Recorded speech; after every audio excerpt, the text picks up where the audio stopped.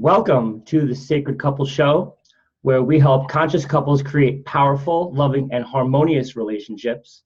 We are your hosts, Kevin and Tatiana Tees, and we have our guests today. It's Hala, Justin, and the baby.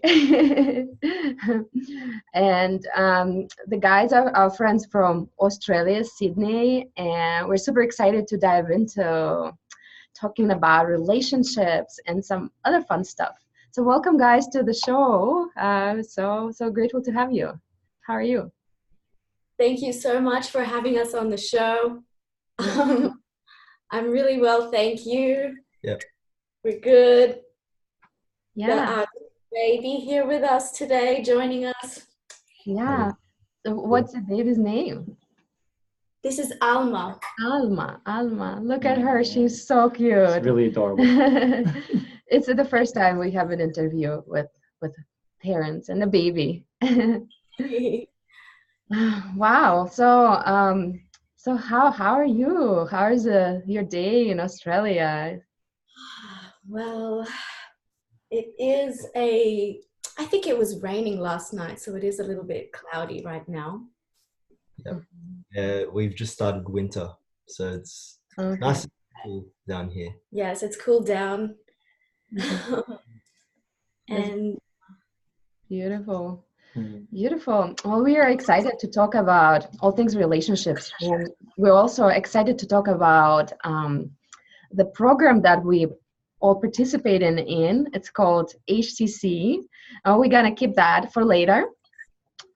So that's how we Justin and Hala, and it's been a super amazing transformation for all of us.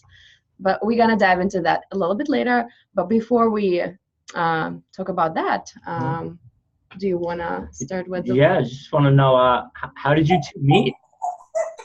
How did we meet? Yeah. Mm-hmm. So, Justin, can you tell the story? Yeah. So we were both massage therapists, and in Sydney, there are particular companies that hire massage therapists to go into office buildings where they massage people at their desk for, say, 5 minutes.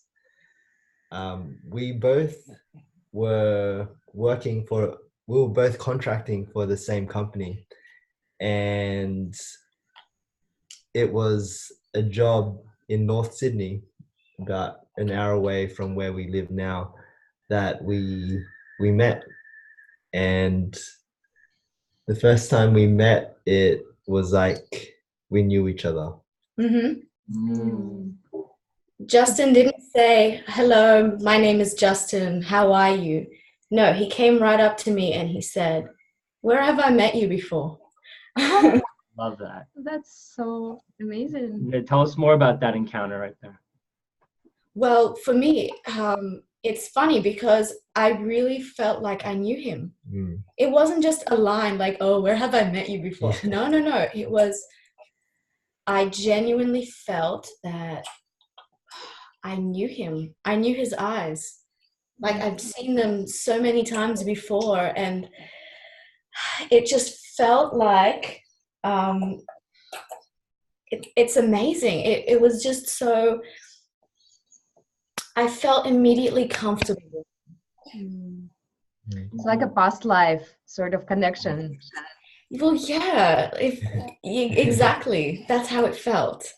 Yeah. So you knew like right then that you were meant to be together. Do you? Well, yeah.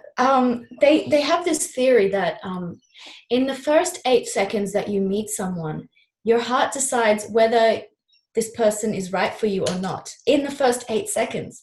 And it's funny because in every relationship that I'd ever been in beforehand, when I'd first meet the person, my heart would say, no. And it would turn out that 8-second intuition was right. But then with Justin, the second I saw him and my heart said, ooh, yes. And here we are. We're so happy together. So. And how long has it been since you guys met? since 2015. Okay. So it's been Wow. almost what, 4 years? For more Yeah, than. About that. about 4 years. And you also got married recently, did you? We got married Last year. last year. We've been married for a year and a half now, so still quite new, but yeah. Love it. And you already have a baby. Yes. That's awesome. That's fast. And did you guys plan for the baby? Yes and no. So this is an interesting one because society was always telling me you have to wait for this, this, and this to have a baby. Mhm. You have to have this in place. You have to have a lot of things, basically, like a checklist. And yet, whenever we would be talking to each other, we would say, let's have a baby. We really want to have a baby. So there was... The intention was there. We always, deep down in our heart, wanted a child, but we didn't know when. We didn't answer the question when. It was just, or how. It would just be, yeah, we want this together, and it happened. Yeah, and like, I just gotta say, when you want to have a baby, in my experience, my personal experience, it's just, there is never a right time. The time that you fall pregnant and the baby is coming, that is the right time. That's so true. And you guys are young. How old are you? I'm 28. I'm 23. Oh my God, that's like perfect. just really, really, really great to be a young parent. I mean, society, more energy. Yeah, well, society says otherwise. It says, you know, you're so young. But the thing is, perhaps, but there are so many benefits to that. So many. It's like, it's different. Like we had young parents growing up. I did especially, and now like you guys have, you know, the direction that you're going with your child and your lives together. So having that child was sounds very aligned and organic for you. So Most definitely. Yeah, and like how has your life changed, like before the baby and after, or is it the same? Like what does it look like to be a parent? You can start. You can start. To me, it feels the same. We are the same people. We have the same intentions, and we continue to live by those principles. So to me, it's just an extra addition to life, and that extra addition has brought so much more love and joy to our lives. So that's from my perspective. And from my perspective, like, there is a difference, but at the same time there isn't. So in the sense where there is a difference, I would say that we've done something together, and it has actually made us stronger as a couple. You know, I find that we understand and respect each other on a whole nother level. Like I actually never thought this was possible. Like this is amazing. But then on the other hand, when I say it's the same, I feel like it was always in our life, just not out in the open, but she was always our daughter. It wasn't like a crazy aha moment when she was born. It was like, there you are. Yeah. Beautiful. Finally. Congratulations. It's really such a big deal to be a parent and to raise a child. So you guys are just super inspiring. Thank you. Thank you. Such a beautiful, healthy baby. What's been your guys' biggest challenge since since this transition from into parenthood? Or in generally, how have you navigated that? That's a really good question. What would you have to say, Justin?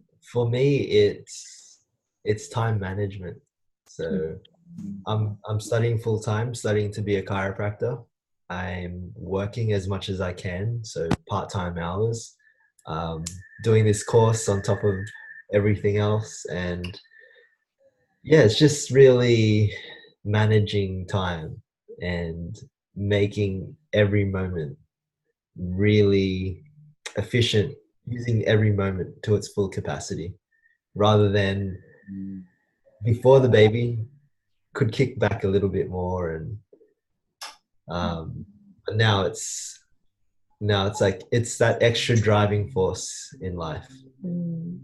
Gives you a new dimension to your why, right?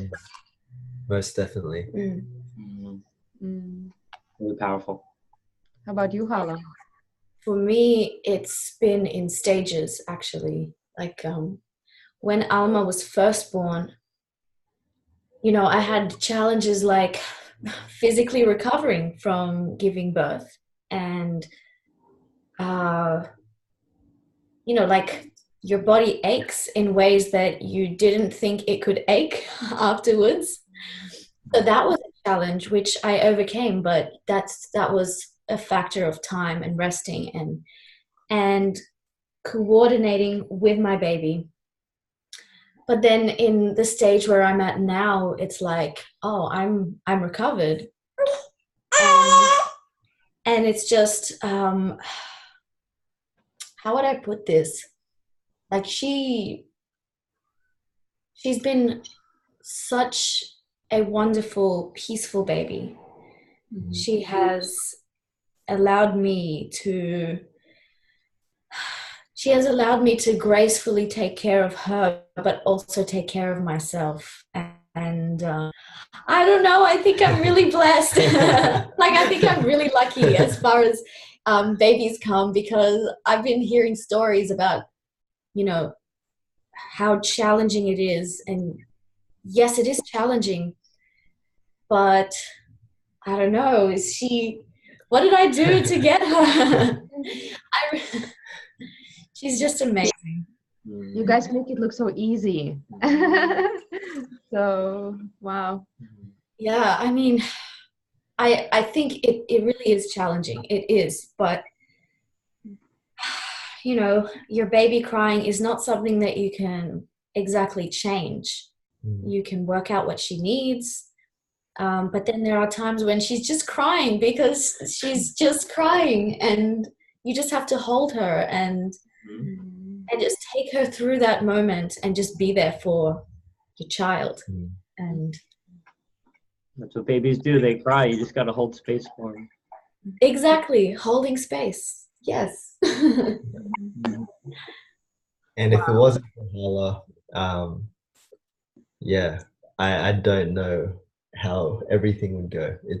I feel that she's just really expanded who she is, and with Alma, it's just really shown who Hala truly is deep down inside, and how she acts in particular situations. And I'm blessed. I'm so blessed. Have them both. You guys are so inspiring. We're thinking about children soon, so that's really a great example for us to look at. Very inspiring, really.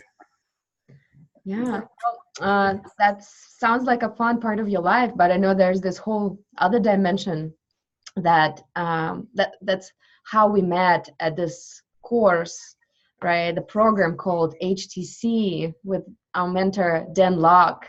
And yeah, so basically, for those who don't know what HTC is, we are learning how to do high ticket sales, and our mentor calls it a high income skill. And I just want to dive into this because we're also passionate about it, and just talk more about like what inspired you guys to join this program, and like what does your experience look like? And yeah, just tell us about it. Okay. Well, it all started with Justin, actually. So, Justin, take it away. Um, I've been following a few YouTubers over the past few years, and Dan was one of them for the past few months, and he's someone who came across as very authentic, very true to himself, and also the aspect of him being a migrant migrating from Hong Kong. Also, I understood that because my father had immigrated from Hong Kong and my mother from the Philippines. So that was something that really gave me inspiration. Like there's something that can be done to grow, to improve yourself, to yeah, just be the best version of ourselves. So that's what I really saw from Dan, and that's what resonated with me and why I was drawn to him. And I'd play his YouTube videos on loudspeaker while I was around Hala, so that she could also hear what he was speaking about and absorb some of the information that he was sharing. Very Yep. strategic. Very strategic, that's And how did you like it, Hala? Did you like resonated with the video? Well, yes. So the thing about Dan Locke's videos was there was a uniqueness in them. It wasn't the generic formula for success. There was something that kind of stopped. It was like a pattern stopper. Like he shook me to my core when he spoke about what determines someone's success. Is it the motivation? No. Is it the effort? No. Is it this? No. Is it that? No. Which is what we're always told are the ingredients to success. And I was asking myself, oh my God, so what is it? What is it, Dan? What are the ingredients to success? And when he said hunger, like how hungry are you for it? That really made sense for me. And it made me question whether or not I gave myself permission to hunger the success that I really wanted. Basically, he got me thinking. And that was before I knew about HTC as a program, as a skill, just Dan Locke himself. And then, one day, Justin told me that there's a call in about half an hour. And I didn't know at the time, but it was a HTC call. And I was like, what do you mean there's a call? He's like, oh, it's on Zoom. What do you mean it's on Zoom? I didn't know until like half an hour before the call. He was like, so do you want to listen? And I'm glad I did. Alma was already born at the time. She was about 3 weeks old when we had the call. And now she's 12 weeks old now. Time flies. It really does, a lot. And I didn't know it at the time, but I was being closed. Like high ticket closing skills were being used during that call. And I felt incredible. I felt inspired. I felt motivated. And I felt like the woman that was closing us, she really pulled out from within me that hunger that Dan Locke was talking about, because it was always there. It's just, it really came out during that call. Wow. That's a powerful story of how you got into HTC. Well, I'm sure a lot of people watching, they don't really know much about it. So I just want to talk a little bit that HTC is a program where we learn how to close high ticket sales. And when we joined, we realized that it's just more than just learning like how to close sales. It's just this whole identity transformation, right? That, and it's helped us tremendously in our relationship, our communication. We'd love to also hear from you how it's helped your relationship in any way. Yeah, because we're learning about these personality types and how to talk to this personality type, and that had a huge effect for us. Learning to identify and our family and each other. So it's been yeah. So what have you guys taken away from that? Oh my God. You start. Yeah, the first thing, it's definitely improved our relationship, our marriage. We didn't know that it could be improved any further, but it has. And it will continue to as well, just through communication, because we see communication as everything. It's the foundation of our relationships in life, and our relationships in life are foundational to our happiness in life as well. So it's increased our relationship, the relationship with our family, friends, people around us, and that has then improved our happiness.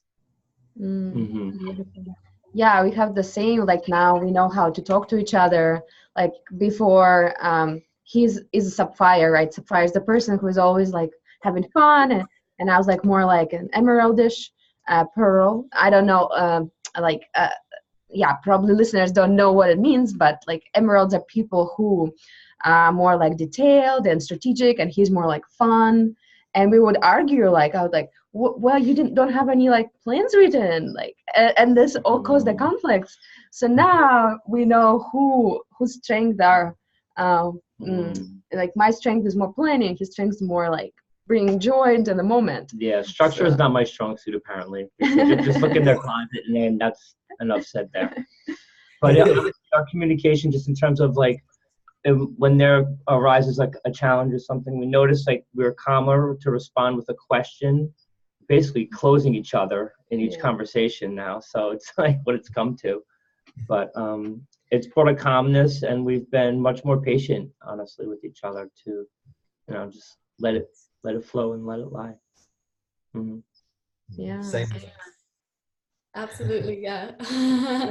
Well, I'm curious, what you guys' plan with like once you learn high ticket income skill, right? What do you want to do with it? What don't we want to do with it? Exactly.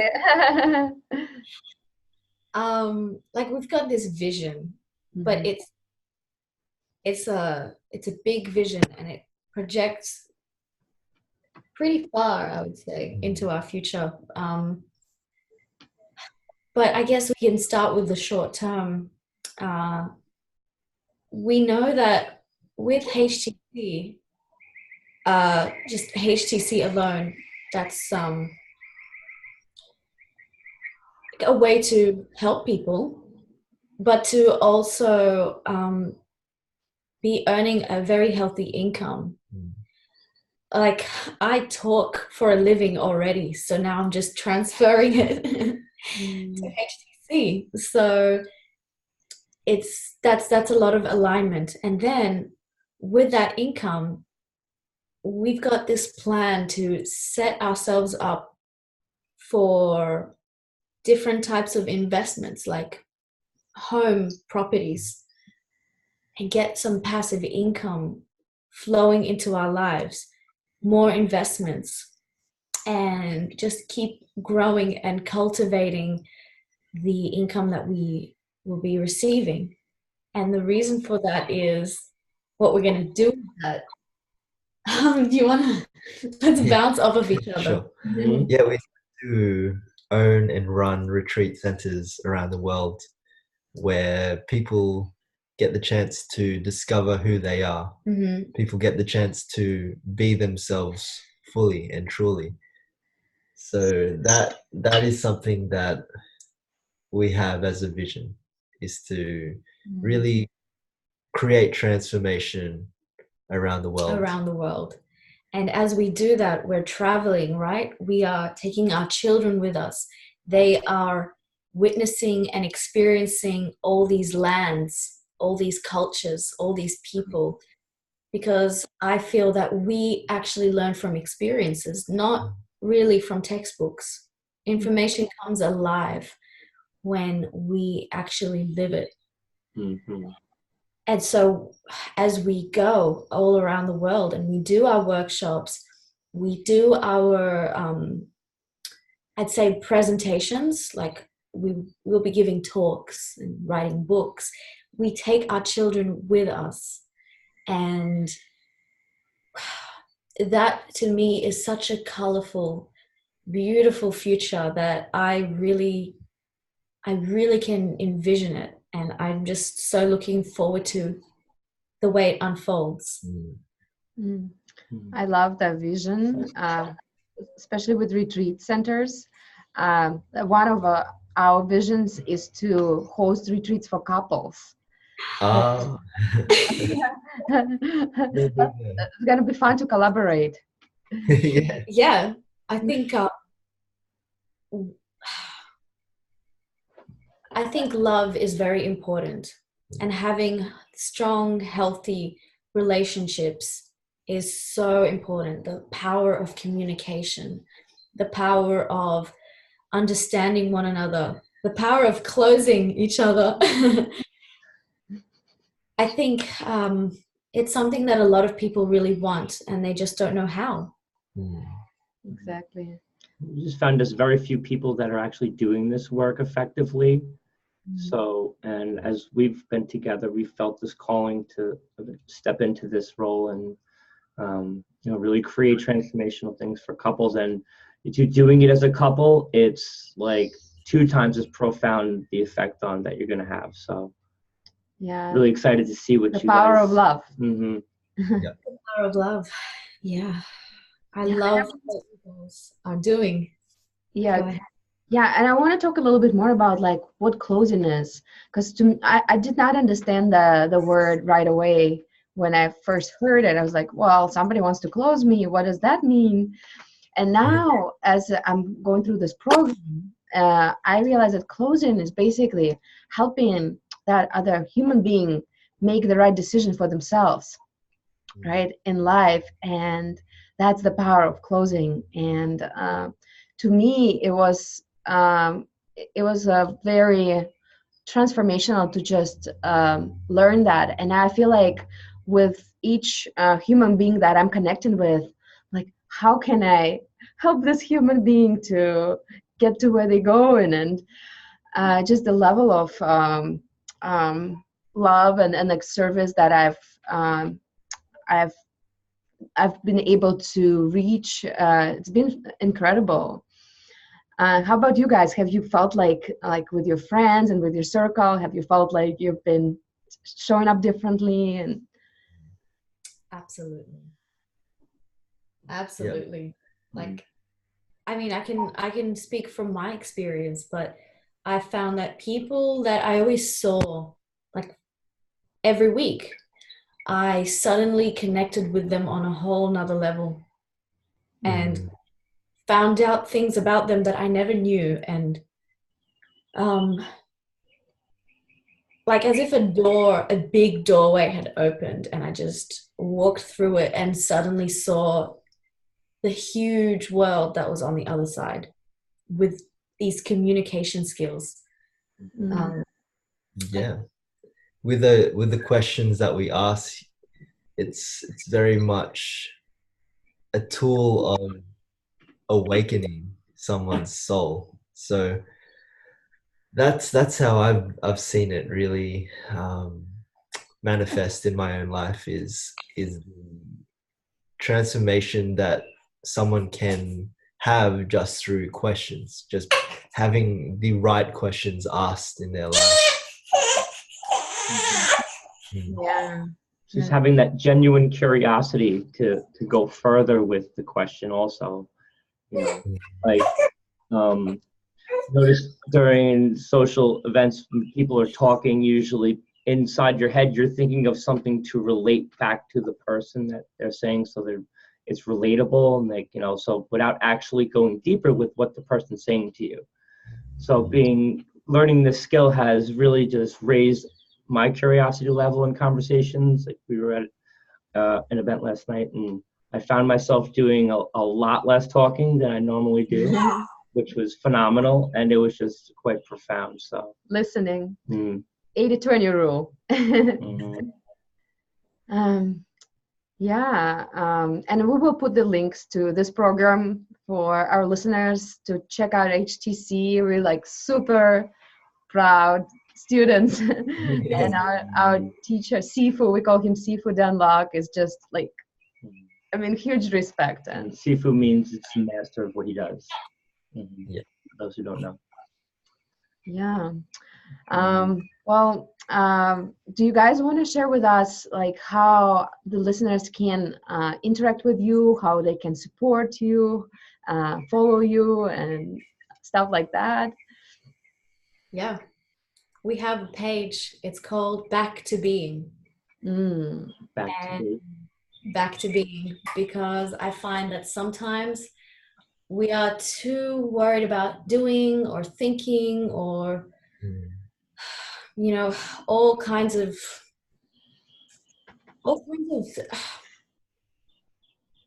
noise in your mind, when really you can just go back and be. So it's a Facebook page, so we can give you the link. Yeah. You can follow us there. Okay. Beautiful. And the last question. So we just can each of you share your hottest relationship tip that just makes it work for you both as a couple? Ooh. For our couples listeners, so that they can take this with them and apply right away. All right. Do you have one right now? Yeah, it would be to really listen beyond the words that are said, to feel your partner and their emotions, to feel your own emotions, and ask questions why, and go deep on the why of why something may be reoccurring. If it's a challenge or I love it. That. Love it. It's a good one. There is one in particular that I found profound. And what it is that when you find yourselves disagreeing on something, like you're not seeing eye to eye, something that you can do is take on the other person's perspective. So, and not just take on the other person's perspective, but have the argument, but in reverse. So like, for example, I want to do something and he doesn't, right? That's the way the natural argument is going. We pause for a moment and we switch it around, and then we try and have the argument with the other person's perspective in mind. And what you find when you do that is that you really understand where that person is coming from. And you end up like the argument becomes so irrelevant in the end. So that was something that I found amazing. Just switch roles and then have the argument again. Role reversal. Got to practice that today. We're going to recycle that one. Absolutely. Yeah. I think it's such a great that you guys shared. We're making notes. Yeah. Well, it was awesome to connect with you two, Hala and Justin, and Alma. She's been such a quiet and just doing her own thing there. A little bit. Yeah. So, oh, look at her. She's smiling. She knows she's on camera. You guys are such a beautiful family. Yeah. Thank you. Thank you. And just going forward. Beautiful family too. Thank you. Cool. Thank you. Yeah, so yeah, thank you for being here. Thank you for sharing your wisdom, and yeah, we're gonna connect soon again. Yep. That would be amazing. Yeah, have a beautiful rest of your day and enjoy your winter in Australia. Mwah. Thanks, Thank you. guys.